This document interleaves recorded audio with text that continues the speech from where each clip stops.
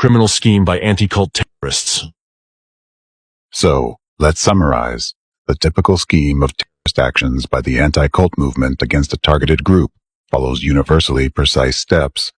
It begins with labeling the group as a cult or a sect, continues with stigmatizing the group in public opinion, fabricating accusations and criminal cases, and ends with discrimination against members of the targeted group, persecution, and the use of physical violence, up to murders.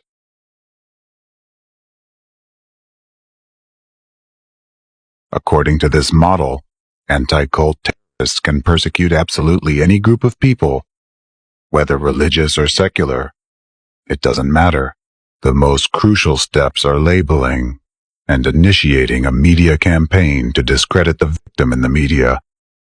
Once this is achieved, implementing the remaining steps is only a matter of time.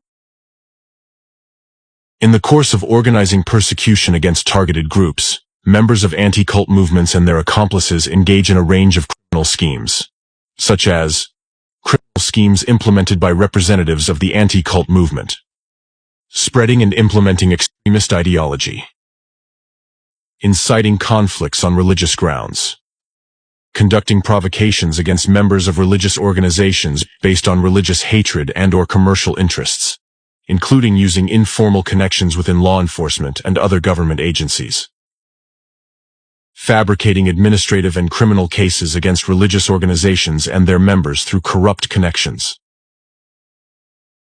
manipulating judicial examinations concerning religious associations, preparing false witnesses for court proceedings, public funding fraud, engaging in fraudulent activities.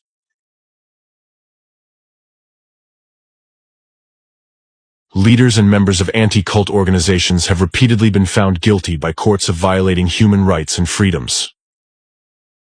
Numerous facts and cases have accumulated where European courts in Germany, France, Canada, Spain, the United Kingdom, Switzerland, and Austria have found participants in organizations affiliated with the Fekris network guilty of numerous offenses, including defamation, discrimination, and unlawful restriction of freedom.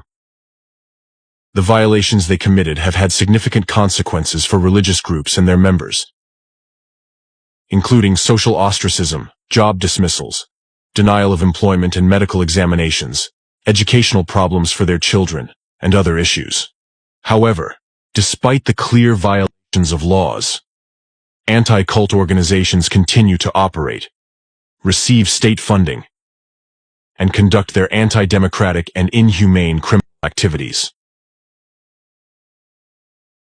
The activities and rhetoric of anti-cult organizations violate universally recognized human rights and freedoms protected by international law and enshrined in international documents, such as the Universal Declaration of Human Rights, the European Convention on Human Rights, as well as the constitutions and national laws of various countries.